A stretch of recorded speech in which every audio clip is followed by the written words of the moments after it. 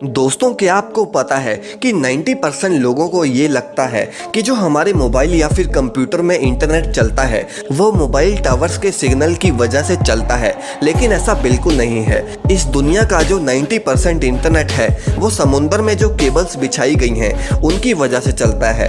लेकिन क्या आपने कभी सोचा है कि आखिर ये इंटरनेट केबल्स विशालकाय समुद्र के अंदर बिछाई कैसे जाती हैं और आखिर ये काम कैसे करती हैं? और सिर्फ यही नहीं, इस वीडियो में आप ये भी जानने वाले हैं कि समुद्र के अंदर अगर ये केबल्स टूट जाएं तो क्या होगा और कैसे समुद्र की गहराई में इन केबल्स को रिपेयर किया जाता है। जानने के लिए वीडियो के लास्ट तक बने रहिए और चैनल को सब्सक्राइब जरूर कर दें। तो चलिए वीडियो को शुरू करते हैं। दोस्तों, चलिए सबसे पहले हम ये बात करते हैं कि आखिर ये इंटरनेट केबल्स काम कैसे करती हैं। दरअसल ये केबल्स ऑप्टिकल फाइबर के प्रिंसिपल पर काम करती हैं।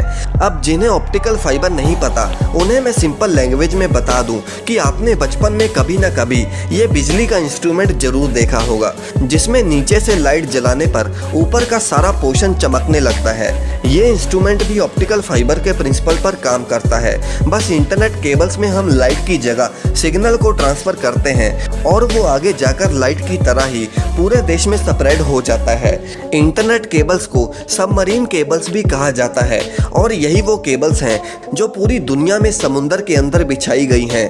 अब आपको ये तो पता होगा कि जब भी हम किसी भी केबल्स के जरिए सिग्नल को एक जगह से दूसरी जगह भेजते हैं तो उसमें हमेशा डाटा लॉस जरूर हो जाता है, यानी कि वायर्स में सिग्नल अक्सर वीक हो जाता है और इसीलिए इन केबल्स में कुछ ही दूरी पर ये एम्पलीफायर्स भी लगाए जाते हैं जो कि सिग्नल को वीक नहीं होने देते और उन्हें समय समय पर एम्पलीफाई करते रहते हैं।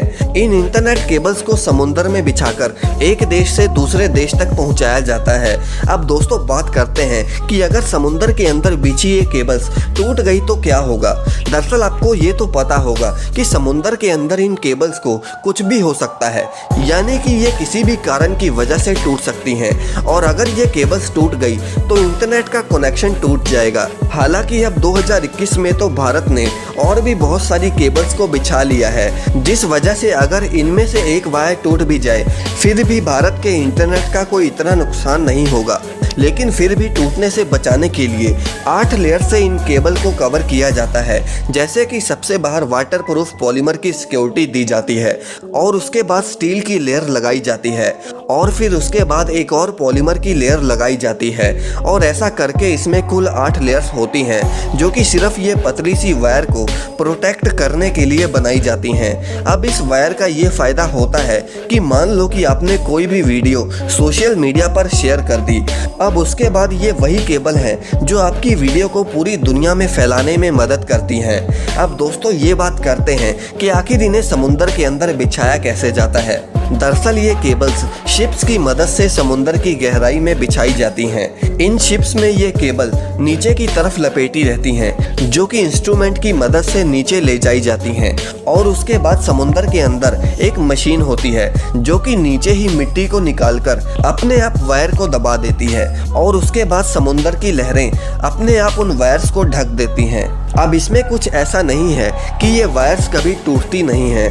दरअसल समुद्र के अंदर भूकंप, ज्वालामुखी और या फिर कोई बड़ी शार्क अगर इन वायर्स को काट देती है तो उसके लिए भी एक अलग से मेंटेनेंस शिप होती है जिसे ये पता चल जाता है कि सिग्नल कहाँ से लीक कर रहा है और फिर वो हुक की मदद से वायर को ऊपर की तरफ खींच लेती है और जहाँ से सिग्नल लीक हो रहा होता है उन दो हिस्सों को जोड़ने के लिए फिर ये इतनी मोटी सिक्योरिटी दी जाती है। इन्हें नॉर्मल वायर्स की तरह नहीं जोड़ा जाता, इन्हें बहुत ही खास तरीकों से जोड़ा जाता है जो कि काफ़ी ज़्यादा एक्सपेंसिव होती हैं। आप इन केबल्स में छोटी मोटी वायर्स को देखिए, ये एक केबल 100 MB के डाटा को ट्रांसफ़र कर सकती है, लेकिन आजकल जो इंटरनेट केबल्स आ रही हैं वो 1000 Mbps का डाटा ट्रांसफ़र कर सकती हैं। ये एक वायर समुद्र में 25 साल तक काम कर सकती हैं। अब आप ये सोच रहे होंगे कि आखिर ऐसी कौन सी कंपनी है जो समुद्र में केबल्स बिछाने का काम करती है।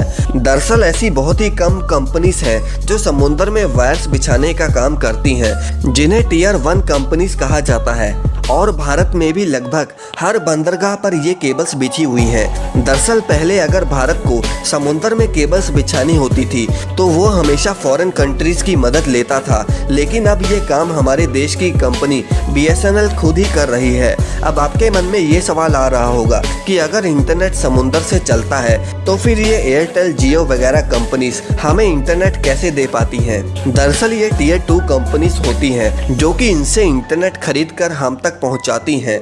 भारत में सबसे बड़ा केबल नेटवर्क टाटा ग्रुप का है। तो दोस्तों ये था आज का वीडियो। दोस्तों क्या आपको पहले इंटरनेट केबल्स का पता था? हमें कमेंट में ज़रूर बताएं। और अगर वीडियो आपको पसंद आई तो इसे लाइक और शेयर ज़रूर करें और चैनल को सब्सक्राइब करना ना भूलें।